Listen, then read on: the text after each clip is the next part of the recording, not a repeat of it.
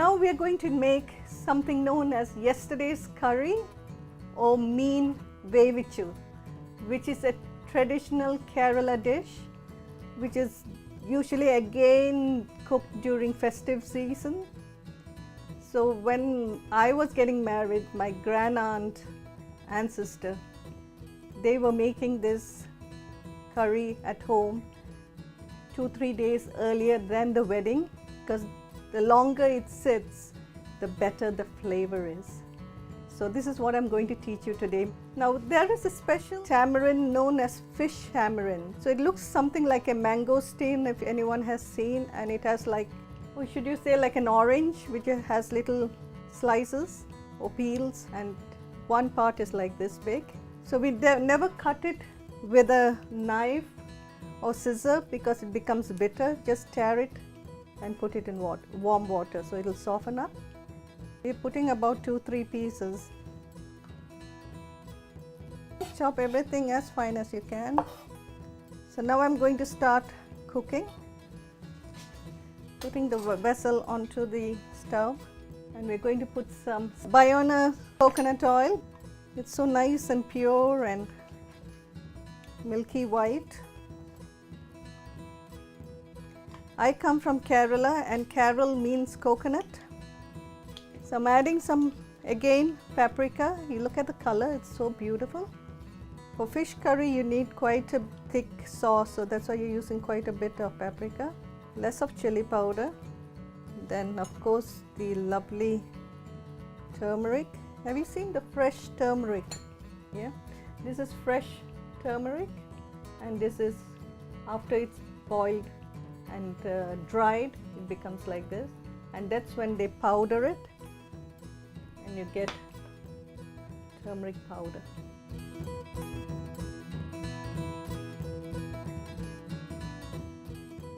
So the spices which have gone in here are chili powder, paprika, a bit of salt, turmeric powder, and I'm going to put a bit of pepper powder too.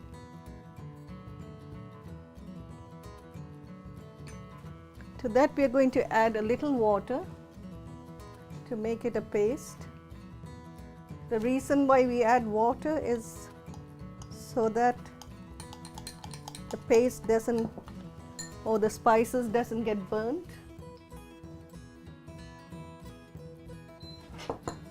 So now to this hot pan we are going to add some mustard seeds, and you can see them spluttering. If the oil is too hot, it will really fly upwards, so you can always put a lid to stop it from spluttering, or remove it from the flame. I'm going to add some fresh curry leaves. If you don't have fresh, you can use some dried Steenbergs curry leaves. I'll add a bit of that also. You can already get the aroma of the curry leaves.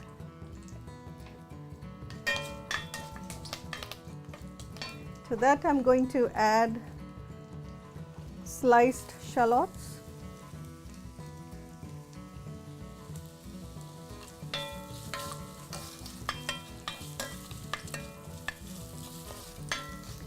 This is the smell of most kitchens in Kerala, the onion, ginger and garlic, so you know the food is getting ready there.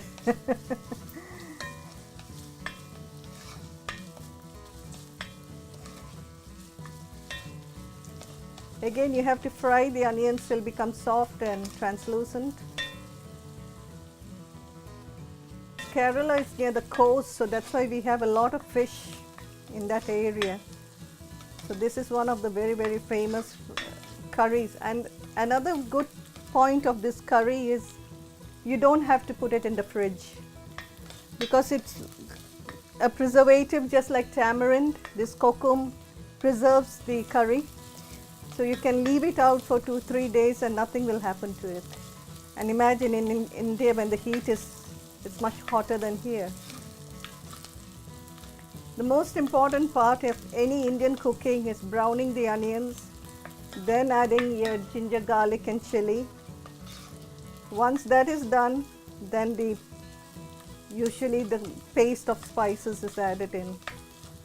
Those are the three main stages in Indian cooking. Fish, you can use any type of fleshy fish. So you can use even cod. I'm using salmon.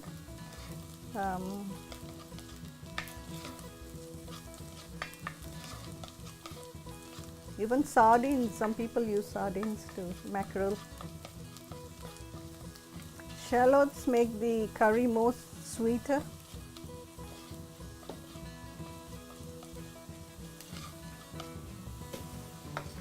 So if you want to have a look, you can see the oil coming out at the bottom. At this stage we are going to add our ginger, garlic and chilli.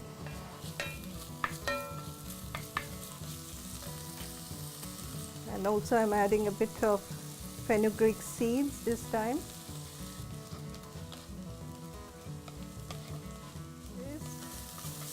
But very bitter, that's why you put only about 5-6 grains of fenugreek.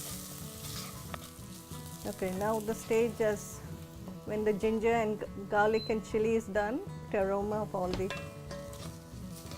ingredients.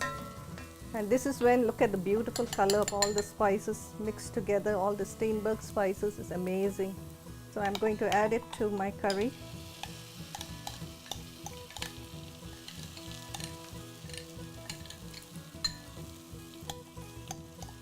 I feel now I'm back in India when I see this color and smell of all the spices.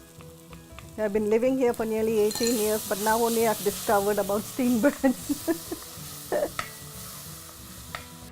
Bring it to medium flame. Now the spices should cook very well.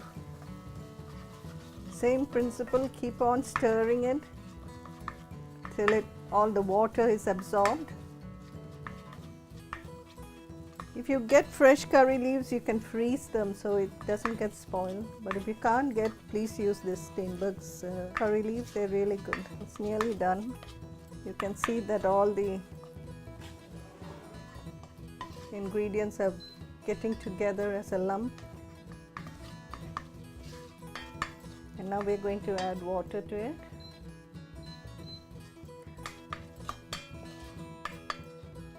I'm going to add the kokum with the water.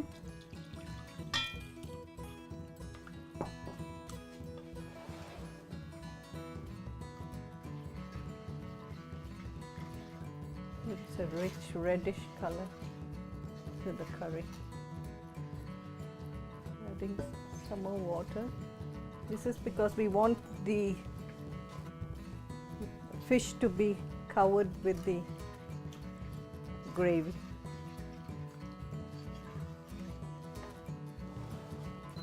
Bring it back to boil, and once it starts boiling, we'll put in the fish pieces.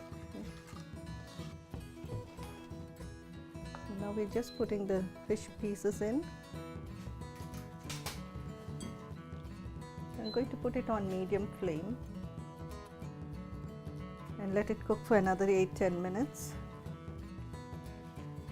And I'm going to cover it so that it cooks well.